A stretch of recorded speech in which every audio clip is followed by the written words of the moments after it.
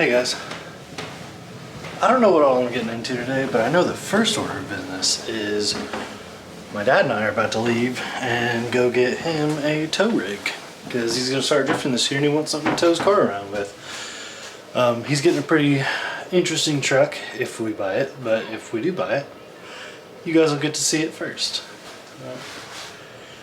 Also, something to note, I can't hear anything. Last night I pulled a trigger with no ear protection on and I can't hear. Well, we didn't get the truck. Sorry guys. It's a really cool truck. What it was a NBS 7.3 on semi wheels, dually, two-wheel drive, 6-speed. It was pretty cool. It just had like this strange kind of I mean, it wasn't bad, but it was pretty jerky. It had like a hiccup at like 2,500 RPMs. It was just kind of, my dad doesn't want something he has to work on right away. And like buying an older truck like that, obviously it's gonna have problems, but like he doesn't want to buy one that has problems right now. He wants it to get him by for a while before we have to work on it, which is totally understandable. And I totally respect that because like my Duramax, I've had it for 2 years. I haven't put 10,000 miles on it.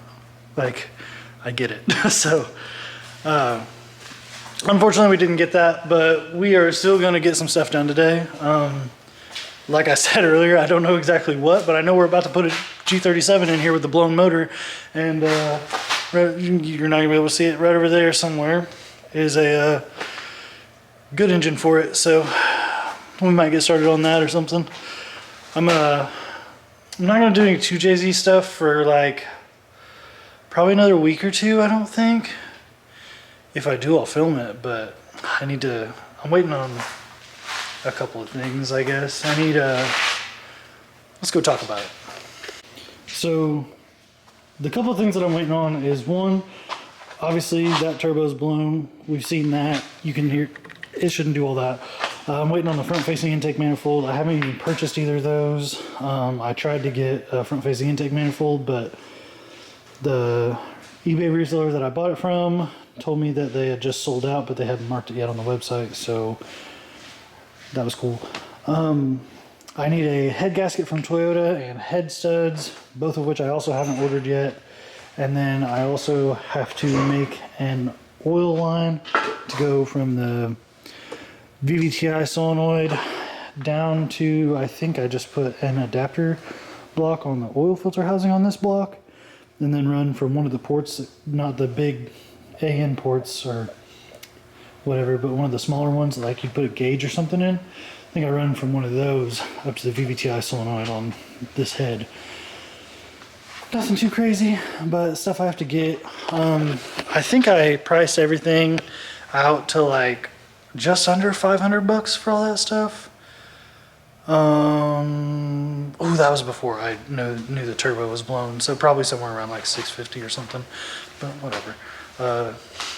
Hate me, I'm putting another eBay turbo on it, which is what's on there right now. I don't care. But I'm going a little bit bigger to make a little bit more power. That thing's pretty small. I'm going with the 3582. Anyway, this has been a lot of me talking. This whole video up to this point is me talking, so I'm gonna stop talking. We are going to work on something, or maybe get you some, oh, no, it's raining outside. I was gonna say maybe I'd go give the goats some treats and a bale of hay and stuff. I'm gonna go get them a bale of hay regardless, but I was gonna give them some treats and stuff, get them all excited. We decided to push this thing in the garage, which was not an easy task. Popped the hood off already. This thing, to the extent of my knowledge, doesn't even have an oil pan on it. Doesn't have an oil pan. No oil pan. Blown up VQ37. Good VQ37.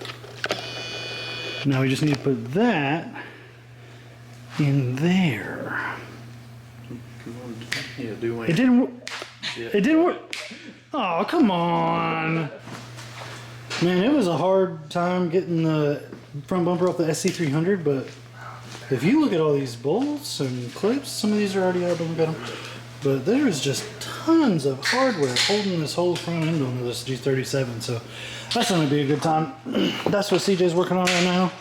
I'm gonna kind of bounce around because my stuff's kind of done for the time being. I gotta spend money before I can work on my stuff again. But Justin's over here dissecting the front end of this RX7 one thread at a time. I think he wants to like pull it out and kind of fix where it's been hit before and not straightened out very well. So I think that's what he's up to. That and just getting rid of stuff that he's not going to need for whenever we get this thing running and do fancy stuff with it, like drive it. I just want to point out that there's a creeper right there and another one right up there. And this guy chooses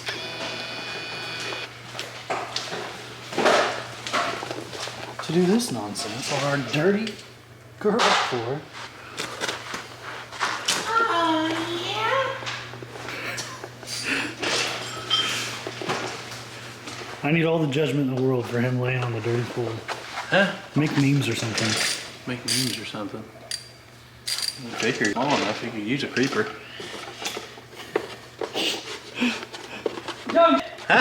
Yes. I pointed out both creepers just leaning up against cars in the garage, and you're over there laying on the dirty floor.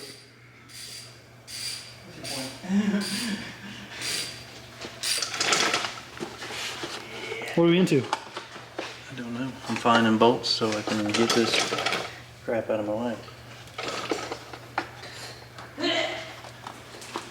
You wouldn't believe it whenever you rack stuff, it kind of puts everything in a pinch. Yeah, it looks a little pinched. Looks a little pinched and welded by a 15-year-old. How's it wet down here? Well, that thing was just in the rain, bud. What are you talking about? The under part of the car? How's it wet? Gravity. As wide as your driver's seat, bud. Ooh. Got nothing to do with it. Should we not post that to the channel? I don't care. I think it'll be okay. It dries. Inside of the car got wet. Do a spin. Come on. Yeah. Mister, I don't use a creeper. Only creeps use creep. Alright guys, if you're watching this at home, I need you to answer me this one question. Tell me what this is for. Tell me, what does that guy do? What's he there for? I don't understand that. So, if you have an answer for me, tell me what that's for. Thanks. One eternity later. The front bumper is finally off of this car. There's still a lot to go, looks like. Oh, it's got a bunch of stuff on it. Does it? Underneath. Oh yeah, there's all sorts of cables and stuff zipped tied to that. So that ain't coming off soon either. Wow. So that's where we're at on that car. Quick little update here. This probably doesn't appear any different on camera. He got a little bit of stuff out of the way, but looks about the same.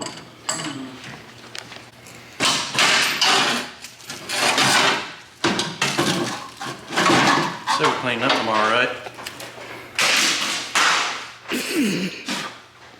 I love it. Okay. All right, that's progress. God dang, that's a big oil cooler. That's factory? Yeah. Jeez. Dorito get hot. Hey, bro, we need to start stealing oil coolers off these cars, bro. I thought about it because I've seen ones on the RX8. Come look at this one. Yeah, this one's bigger. Yeah, this is huge, bro. It's a single, but it is bigger. Core's thicker too. Yeah, it's enormous. It looks like something you'd buy. Did they have AN fittings or are they giant other fittings? Initial reaction? Oh, That thing is an oil cooler? yeah, it's huge, isn't it? That is huge. Yeah. That is massive. Yeah. Yeah, but how would we plumb to it? AN lines. Just get a banjo style fitting and then an AN line for a sandwich plate. That's what I'm gonna have to do, unless I can find oil lines via this There's one across the street. Yeah, this one's. I'm not really Hold that gonna- up for me. The crimped spot. Right in, you can't tell on camera. Yeah, it's pinched. It's bad. Well. you hold the can in front of it and go, it's twisted. Somebody hit it with one of those. Now your mom knows you drink. Just slowly taking this front end further and further apart. Had to get this headlight off so we could get to the AC disconnects there. Those are gonna have to come off because we gotta take the full core support out. That way the engine comes forward. And then old Justin over here, he's just plugging right away. Guess he's working on getting that fender loose from the front side of the core support there, or whatever. This core support is coming off too, which they're not supposed to, but since this one's crashed, what we're gonna do is, how that side, the tub is mostly cut out, we're gonna cut the rest of that tub out, this whole tub, and then the core support from the frame horns up is all just getting yeeted into the scrap bin. And we're just gonna do a tube front. Right, Justin? Yeah. Tube front, so you can drift it. No. Drift car. Drift car! Justin's gonna be a drifter. Drift car! You guys see this? Justin, Drift Boy Roseberry. Look at the smart. Well, Because it whole fender on. cut it. The fender's in decent. Well, don't cut the fender, just cut the head of the bolt off. It's a little bit close. Well, you'll have that on these big jobs. Act like you never cut something before. This guy laying on the dirty ground again. Well, once you're already dirty, it's not bad. I went to town to buy pants and tools, and I got him a cart while I was out because they're convenient. And I was gone for just like an hour and a half or something, and this guy cut the whole front of his car off. So that's what we do around here. We just cut the fronts of cars off. So now this thing's a little shimmied over in the front. I'll show you from the front view so you can see better. Looks like it's really hard to resell. It's it's kind of hard to tell on camera, but it's a little shifted over to the right. Well, this direction, however you want to look at that. So we're gonna use a chain and pull it back over center and then tube front it. And it'll be fun, but this guy's gotta build a cart first. We can put a whole wheel in front of one of these wheels. What's a good vantage point to see what's going on? I would say this way. You mean like put the tripod over there? Like it. Okay. That's what I think. Okay. Yeah, but they want to show So- it will run into this car, but luckily it doesn't. Don't worry guys, we are not professionals. And this isn't gonna go well, but we're gonna do it anyway. I haven't really showed it on the channel. Say hello to my four-wheeler. It's a Kawasaki Bayou. We're gonna chain these two things together to try to straighten out that frame rail. And it's not gonna work, but we're hopeful.